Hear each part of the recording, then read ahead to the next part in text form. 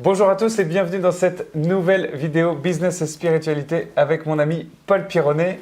Bonjour Paul, merci beaucoup d'être là. Je suis très content encore de te recevoir aujourd'hui. Alors j'avais envie de parler aujourd'hui des 7 lois spirituelles du succès.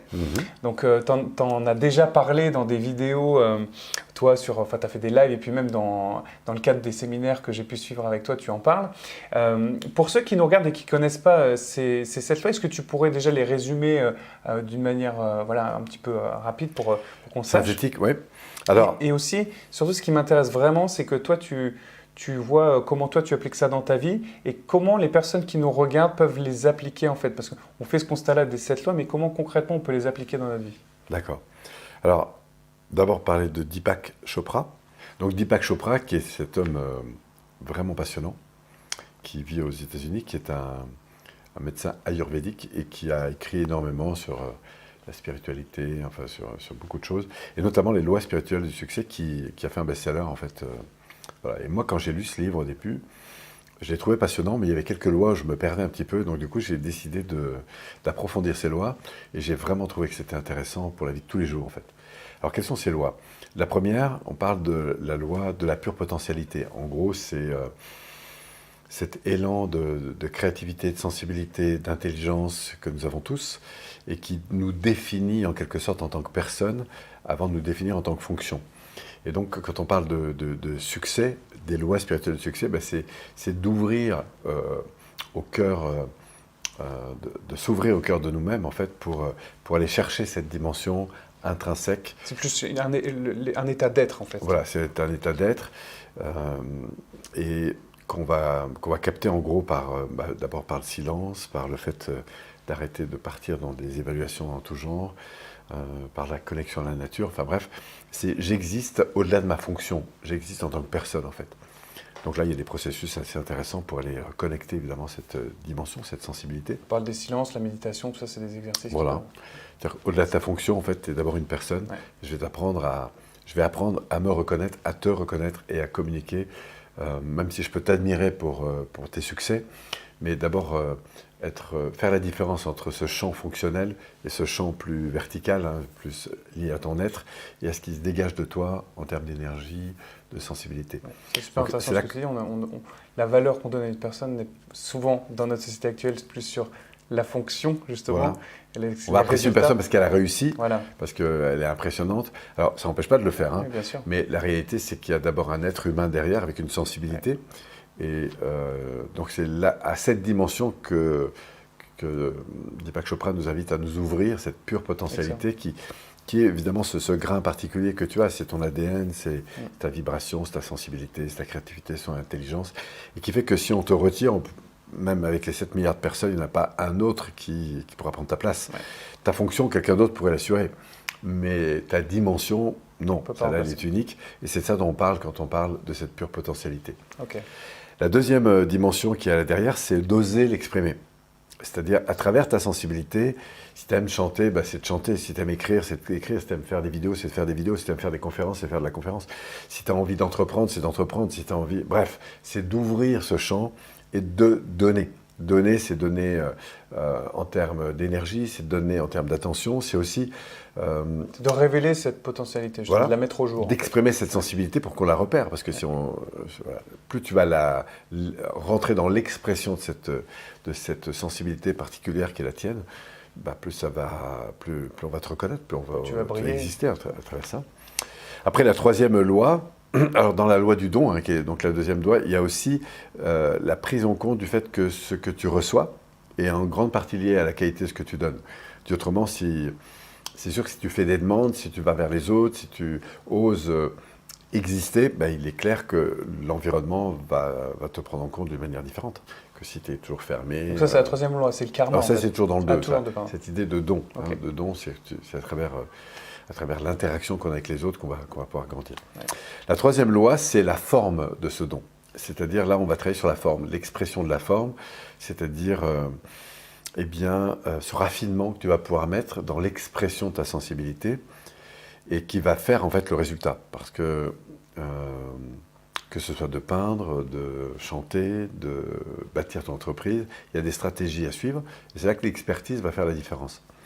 Donc développer ton expertise, développer encore une fois cette forme et d'améliorer en permanence cette forme pour avoir un résultat plus important, puisque au fond, les résultats que tu obtiens découlent directement de la modalité que tu mets en place. Et c'est ça le karma, en fait, c'est cette dimension de lien de cause à effet. Et très souvent, on peut situer les problèmes dans les faits, alors qu'un problème, par exemple un manque d'argent, n'est jamais un problème. Ce qui est le problème, c'est notre rapport à ça, en fait. Au-delà du rapport, c'est ce qu'on fait chaque jour et qui fait qu'on en est là aujourd'hui.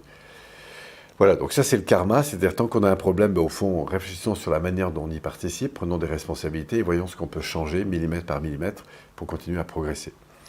Et ça va nous amener à la 4e loi qui va probablement séduire beaucoup de monde, c'est la loi du moindre effort.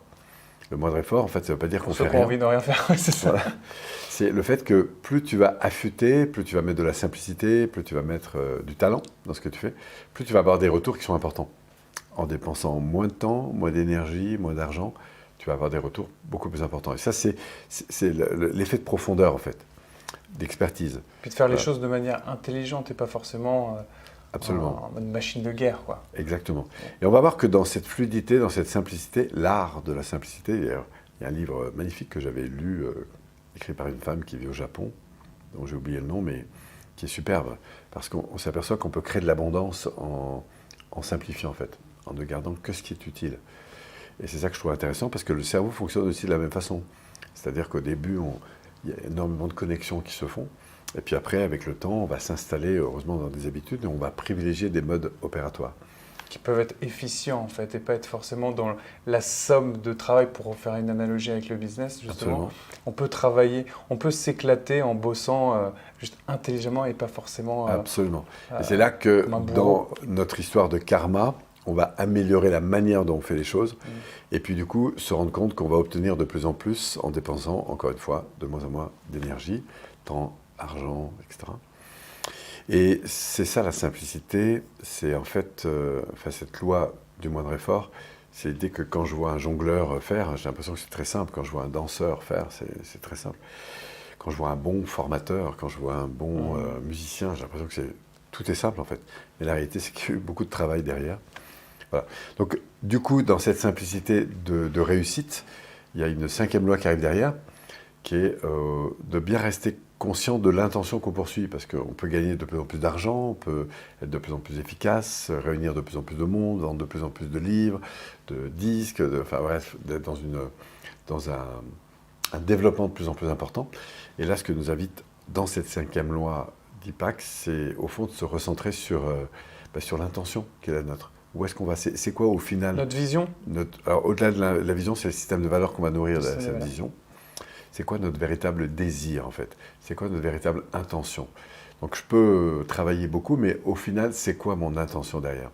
Qu'est-ce que je nourris le plus? Et là, ça nous ramène à notre système de valeurs et par conséquent aussi à la vision. Okay. Voilà, donc on va parler de la loi du désir et de l'intention, en fait. Après cette dimension-là, c'est la loi du détachement qu'on va trouver. La loi du détachement, c'est cette idée que c'est chouette d'avoir des objectifs, de se fixer dessus, mais c'est aussi important d'apprendre à se détacher de cet objectif. En se disant, si ça fonctionne, c'est super.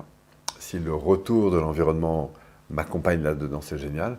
Mais peut-être qu'il y a d'autres choses qui vont se produire.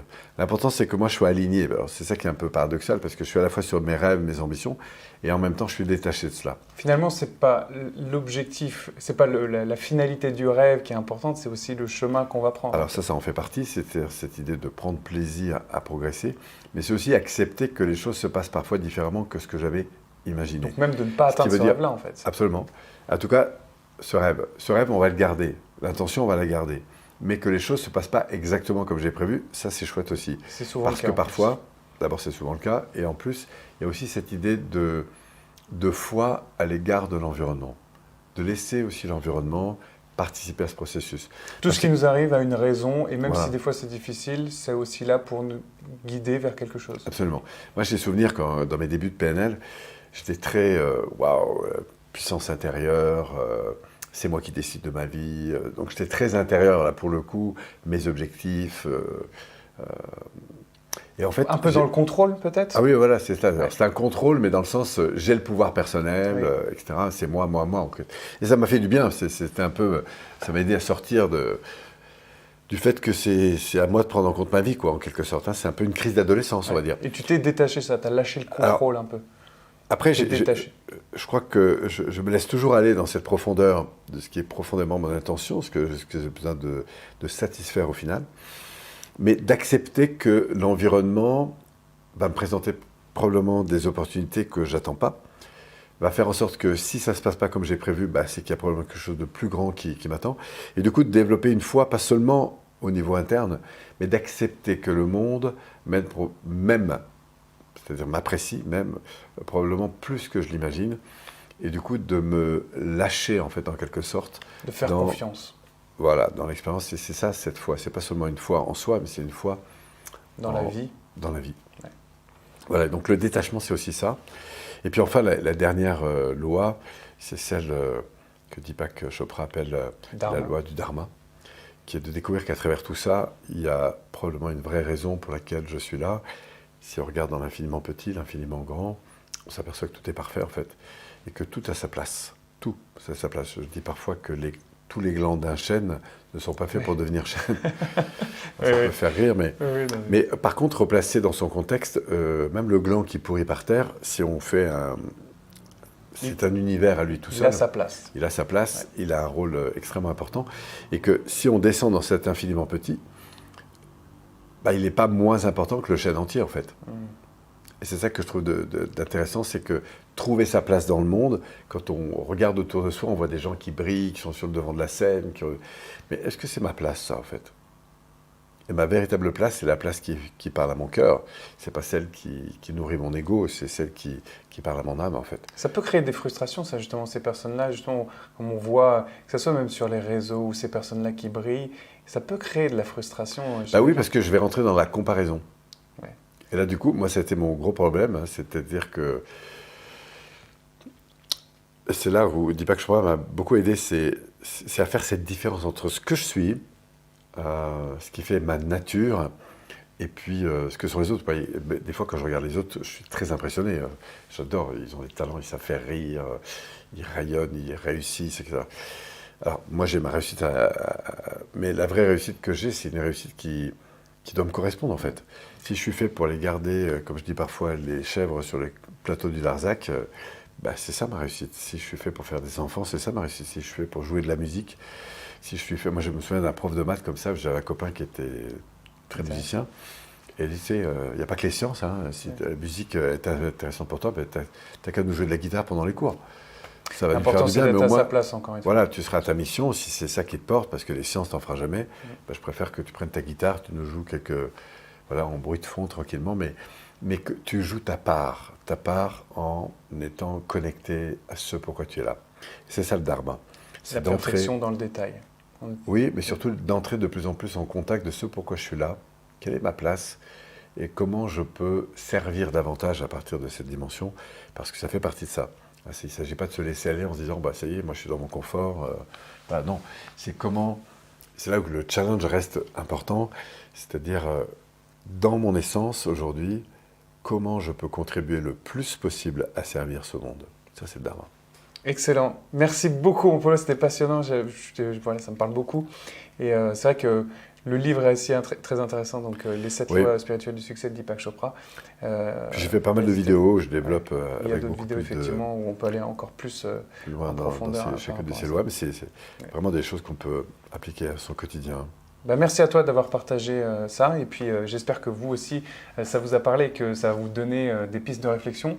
Et n'hésitez pas à liker, à partager cette vidéo, à vous abonner à la chaîne. Et puis je vous dis à très bientôt pour une nouvelle vidéo Business et Spiritualité. À bientôt, ciao ciao.